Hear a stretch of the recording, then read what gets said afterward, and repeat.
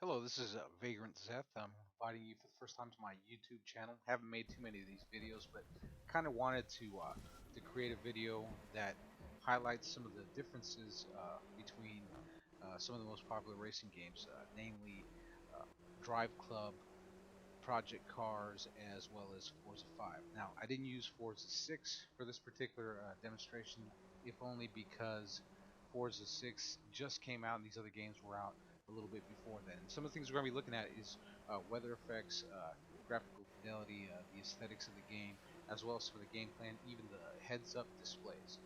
Currently, we're watching Drive Club. Not a bad game. I actually find it a lot of fun. It's more of a arcade sim type game. I would really lean more towards the arcade side of it as opposed to the sim side of it because it's got that feel to it.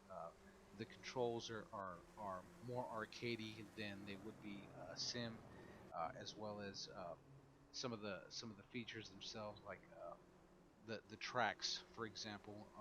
Not I don't think if they are real world locations, I don't think it's anything that anybody's racing on. You don't see tracks like Laguna Seca or Road America, Road Atlanta, the tracks that are typical for most of your racing games. But um, these do have some pretty interesting tracks. And one thing that I find interesting as well is the weather effects. They seem to be a little bit more realistic in this game, despite the fact that it's more of an arcadey type game. They feel more realistic. Handling of the cars is a lot more smoother. Feels arcadey, yes. Not like most of your sim games. Your sim games, unless you're taking the time to tweak the controls, they have a tendency to feel very heavy as opposed to something that's more arcade fashion, which is a little bit where Drive Club kind of comes from. Uh, Developed by Evolution Studios, the same people that are responsible for games like MotorStorm, which are very fun. They went more towards the realistic side of things on Drive Club. Absolutely love the weather effects. The car models are really great. Um, it's got a realistic feel to it, and here in most recently they've actually added motorcycles to it, which really changes up how you race.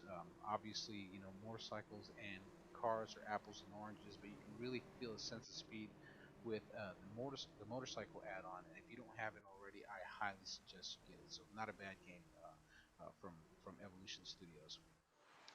This next one's going to be, of course, Project Cars. It's a multi no yes it's a multi-platform game. It's available on PC, on your Xbox, as well as on PlayStation 4. For this particular demonstration, I've got the PS4 copy, uh, and that's what I'll be looking at. Not a bad game either. It's actually got a lot of neat features to it. There's a lot of customization to it, but it takes a little bit longer to get into. More like most of your sim games, if you're used to playing sim games. Weather effects, although they're available in Project Cars as well as in Drive Club, not so much on the Forza 5 side of things. Um, but the weather effects in Project Cars, uh, it left a little bit something to be desired. I'm not really too keen on them, mainly because when the rain itself is hitting the quote unquote camera lens, it seems very plasticky, very it doesn't have that realistic feel that you would see on for example on Drive Club. It looks good. It's not bad, and even in some of the in-car shots, you'll see that the rain seems to realistically at least bead off the windshield and off the side windows. You actually see it streaking the way you would if you're driving in the rain yourself. But I really wasn't too fond. I usually drive a lot of these games, or I usually play them from the bumper cam, not from the interior cockpit view, just because too many obstructions and stuff, and I actually like to get into the gameplay itself. I enjoy the racing aspect of it. I don't necessarily have to be looking at the car. Uh, I already know what I'm driving, so I don't have to have it present on the screen. And it's kind of what I'm used to, coming from an early generation of gamers where games like Ridge Racer or 40 Duty Options actually play the game from a bumper cam view. That's kind of what I got used to. So it's mainly what I use whenever I'm playing these games. Um, Inside the cockpit itself, as you can see, the instrumentation panels they look pretty good, and they change depending on, or actually the lighting on them changes depending on where the orientation of your car to the sun. Um, so not too bad. It's pretty faithful to it for these particular examples. I didn't use really high powered cars. Didn't really want to. I kind of wanted to illustrate most of your common cars, like your hatchbacks and stuff, which most people are actually used to driving. You don't see too many folks out there driving in your Lamborghinis and your Ferraris or your Bugattis. Most of the time, you're driving a pretty simple car. So I think it's something that we can closer relate to in terms of how the interior of the car would look. I've actually had a chance to drive the Ford Focus, which is what I'm driving in real life, which is what I'm driving in these games. And the one thing that I can tell you as far as Project Cars is concerned is the handling itself feels a bit sluggish. Now, if you don't play a lot of racers, if you're not racing, playing a lot of racing games, um, you might not necessarily be able to relate to that. But if you do play a lot of racing games, you know basically right off the bat when you start playing the game how the actual control feels. You'll know if it feel based on the visuals and your input and even some of the feedback on the controller. Um, a car can feel heavy. It can feel floaty. It can have a different type of feeling. And with Project Cars, I did notice that the actual driving gameplay felt a little bit sluggish, a little bit heavy, as opposed to games like Drive Club and games like uh, Forza 5, where the actual handling of the car feels a little bit, again, arcadey. And I know for some folks they would prefer the sim type feel to it because it feels more realistic. But if you're just in a pick up and play kind of mood, you like racers, uh, regardless of whether or not they're sim type racers or regardless of whether or not they're arcade type racers. Um, you kind of can get where I'm coming from. I do enjoy both types of games, although I prefer, especially with busy schedule, having kids, having to go to work and stuff. I usually prefer the arcade type games because I don't have that much time to invest in actually sitting there tweaking the camber of your tires or doing things to adjust how the car itself handles, both in dry conditions, wet road conditions, things of that nature. So, not although I would say Project Cars is not a bad game. It's really more for the type of gamer that has the time to invest in it or really gets off on something like that. Kind of like people who play RPGs as opposed to people who play other types of games. Sometimes you don't find yourself with a whole lot of time to be tweaking characters, in this case cars, to get them to feel where you want them to be or to be successful in racing.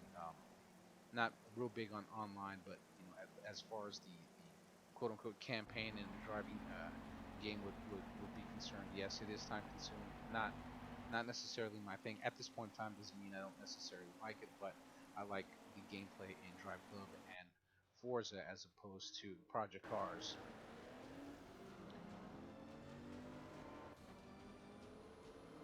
Sorry about that. Volume went up a little high. My apologies. Forza 5. The one thing I noticed about Forza 5, and of course it might be different in 6. I haven't really looked it up. Uh, I could be wrong, but Forza doesn't necessarily have the weather effects. Like I said, don't crucify me if the weather effects or the dynamic weather effects are available, even the night and day drive are available in Forza 6. But once again, I'm not necessarily looking at Forza 6 because at the time Forza 5 was out, Drive Club and Project Cars kind of came out in the same time frame. So that's really what we're looking at. It's not necessarily something about comparing the different consoles and who what has better graphical fidelity. In this particular case, I'm really just looking at the games themselves. And as far as I'm concerned, that I was a little bit disappointed with the fact that Forza 5 doesn't have dynamic weather effects, so I couldn't really do a fair comparison. I kind of did it on the other two, so you could kind of see where the weather effects are in terms of how it affects the aesthetics. As far as the gameplay is concerned, yes, it does have some impact on that. Although I noticed it's a lot more, it's a lot more relevant in a game like Project Cars, if only because in Project Cars you are dealing with a sim type racer. You are dealing with the effects of weather and how it affects the handling of your particular car. Um, not Gran Turismo 5 heavy. I don't think Project Cars seems a little bit more accessible. Um, and it might just be that I'm older and it's easier to be able to make all the adjustments and stuff to cars that I found was too tedious with games like Gran Turismo. Although a good game in its own right, I usually like to be able to pick up a game and know that despite what you do to the game, you can still use the stock configuration and enjoy it without having to make all the tweaks and stuff. I would really reserve, or I would say that should be more reserved for people who do a lot of online gaming and where things like that can make a difference between a win or a loss. Um, but Forza 5 is enjoyable. I do find myself playing that quite often. I haven't really played Project Cars as much as I have Forza 5 or even Drive Club, if only because I enjoy the other two a little bit more. Not to say that Project Cars is a bad game by any stretch of the imagination. That actually is a lot of fun, but you have to have that time. You have to be able to invest that type of time in order to get your car racing to where you like it. Plus, the variety of the tracks in Forza 5, much like in Project Cars, um, there's more real world locations. You have Laguna Seca. You do have, I think Dubai is available on Project Cars, and think I don't know if it's available on Forza 5. Not that I don't play the game that often, just that I haven't. I don't recall at this particular point in time whether or not it's available on there, but it's still. It's still nice to know that there are real world locations in Forza 5 as well as in Project Cars. Drive Club, not so much. Again, leans more towards the fantastical in terms of the track locations, but it's not. It doesn't detract from the gameplay itself. The gameplay is still, uh, it's still on up there. There's tracks that are comparable to some of your more popular tracks. Although I would have liked to seen a track like Laguna Seca on Drive Club. I think that's really neat. I'm so used to racing that track, and despite the corkscrew turn that Laguna Seca is infamous for, and it's a source of frustration for a lot of people who play racing games. I actually enjoyed it a lot. The first time I ever played it was in Gran Turismo, and I found it to be very fascinating, especially being that I've never actually raced on Laguna Seca. I thought the way it feels and the way it translates from one game to another across the generations, it's really interesting, and being able to jump into a game and already being intimately familiar with a track because you played it on other games. I think that says a lot for a game, especially when they can maintain the fidelity of how the actual track looks, the elevations of the track, and all that stuff. People who have gone before, excuse me, gone before on all of these racing games and developed these racing games and actually taken the time to map out the tracks and put it in their games. I think that's just it's fascinating for me, and Gran Turismo being one of the first games to actually take that to heart, look at the engine sounds, elevations in the track, and yeah, and things of that nature. I think they really pioneered being able to translate a track like that. And of course, here in more recent years with um, games like Project Gotham and the earlier versions of Forza, being able to put Nurburgring in there, I think that bodes well for racing games and where they're headed. The Dubai tracks are a lot of fun, although I haven't seen a lot of them. I guess because they're pretty new. They are still fun to race.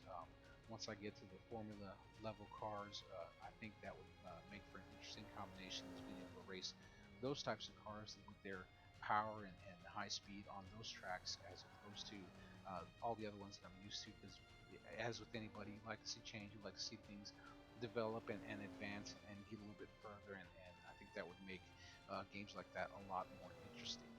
Well, uh, that's it. Thanks for watching. I'm kind of new to this, so please don't crucify me. Vagrant Zeth, and once again, thank you for watching my